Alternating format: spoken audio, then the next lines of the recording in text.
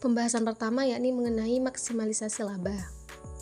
Bagi sebuah perusahaan, maksimalisasi laba ini merupakan tujuan utama dari perusahaan tersebut.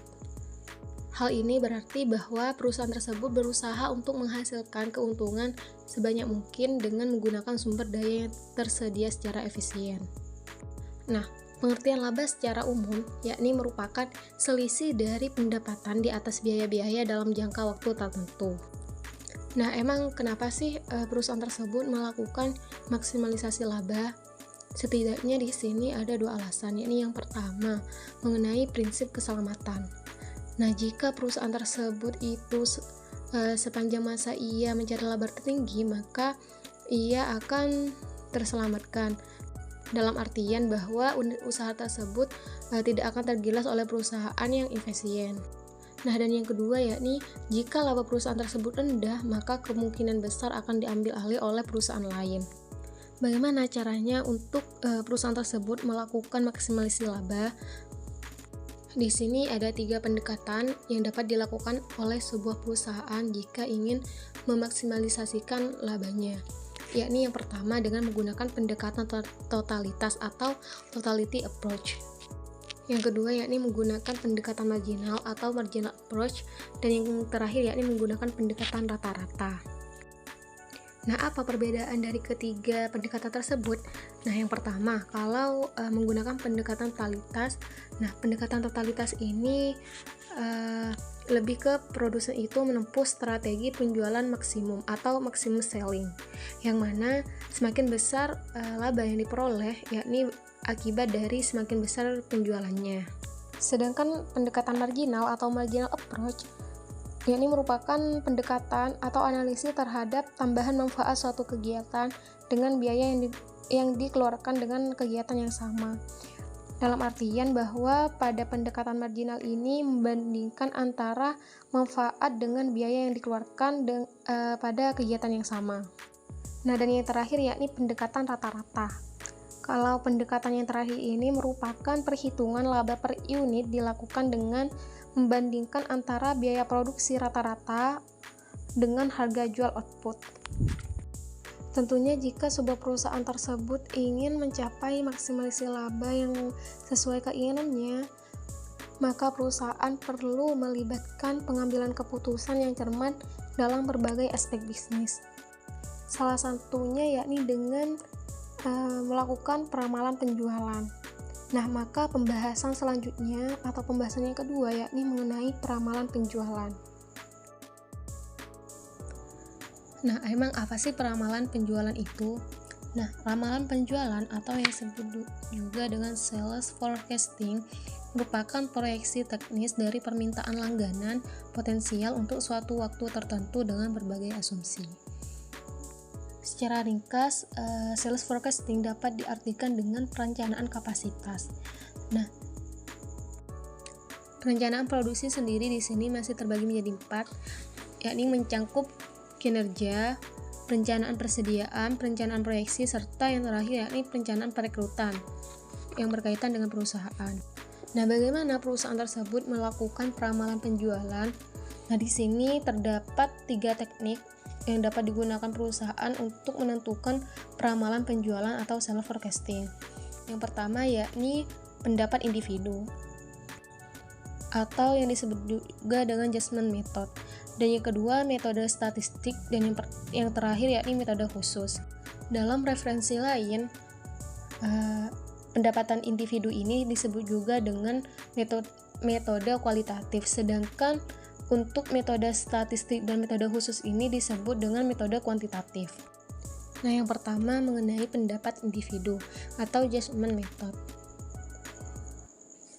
Nah, metode ini merupakan suatu teknik proyeksi penjualan yang didasarkan atas pendirian atau sikap, kepercayaan atau keyakinan, perasaan, pengalaman, serta intuisi manajer sehingga hal-hal ini benar-benar bersifat subjektif.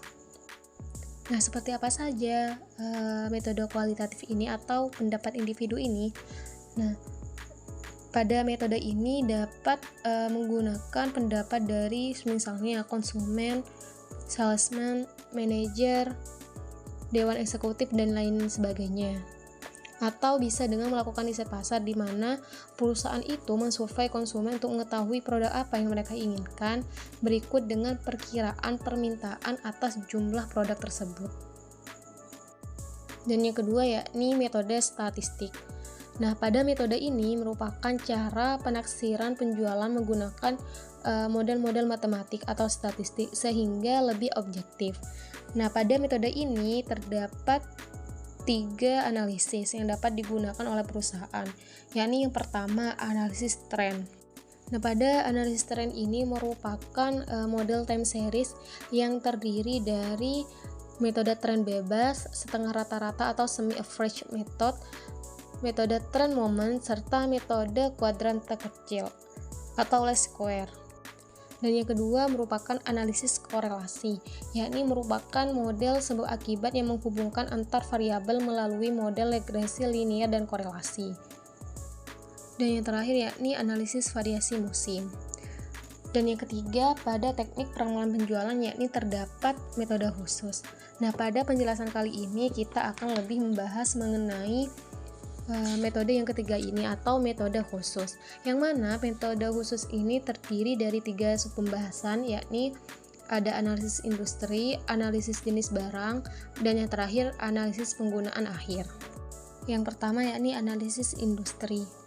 Analisis industri ini merupakan cara untuk mengetahui posisi perusahaan terhadap keadaan industri secara keseluruhan, atau dapat dikatakan potensi penjualan perusahaan dengan industri. Nah, pada analisis industri ini, menekankan kepada market share, sehingga untuk mengetahui market share maka menggunakan rumus permintaan perusahaan dibagi permintaan industri dikalikan 100%.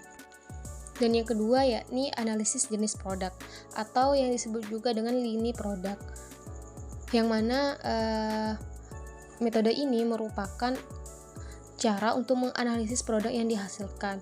Metode ini dilakukan jika perusahaan tersebut menghasilkan lebih dari satu macam produk. Dan biasanya analisis ini digunakan oleh perusahaan manufaktur yang memproduksi lebih dari satu macam produk. Dan yang terakhir yakni analisis penggunaan akhir. Analisis pengguna akhir ini merupakan analisis akhir dari produk. Apakah produk tersebut merupakan produk untuk konsumsi atau produk untuk industri, atau memerlukan proses produksi lanjutan sebelum produk tersebut dapat dikonsumsi. Sehingga untuk mengetahui atau menggunakan analisis pengguna akhir ini, rumus yang dapat digunakan yakni produk dalam negeri ditambah impor dikurangi ekspor dibagi jumlah penduduk, maka akan mengetahui hasil dari analisis pengguna akhir ini. Sebagai contoh, misalnya ada perusahaan camilan Barokah di Medan mempunyai data permintaan perusahaan dan industri selama 5 tahun terakhir seperti di dalam tabel tersebut. Nah, dalam tabel ini, selama 5 tahun terakhir ini, permintaan perusahaan dan permintaan industri ini beda datanya. Dan yang diminta pada soal ini yakni hitunglah market share rata-rata dan permintaan perusahaan pada tahun 2023 bila pertumbuhan industrinya itu 10%. Nah, untuk mengetahui market share rata-rata serta pertumbuhan industrinya sebesar 10%, maka kita dapat mengerjakan mulai dari kita harus cari tahu dulu market share dari perusahaan tersebut dengan rumus permintaan perusahaan dibagi permintaan industri dikali 100%, maka hasilnya seperti dalam tersebut, di mana diperoleh hasil pada tahun 2017 menghasilkan 24%, 2018 itu 23%, 2019 itu 21%, 2020 itu 21%, tidak mengalami kenaikan, dan 2021 itu 22%. Nah, maka untuk mengetahui market share rata-ratanya, kita akumulasikan dulu jumlah persenan mulai dari tahun 2017 sampai tahun 2021, lalu dibagi dengan jumlah N tersebut atau jumlah tahunnya, yakni sebesar 5, maka diperoleh hasil 22,2%. Nah, karena permintaan industrinya itu selama 5 tahun terakhir ini 110% atau mencapai 110%, maka dikalikan 17.000, maka menghasilkan 18.700 kg. Kita perkirakan pada tahun 2023 itu sama dengan tahun sebelumnya, yakni 22,2%, maka market share-nya pada tahun 2023 ini yakni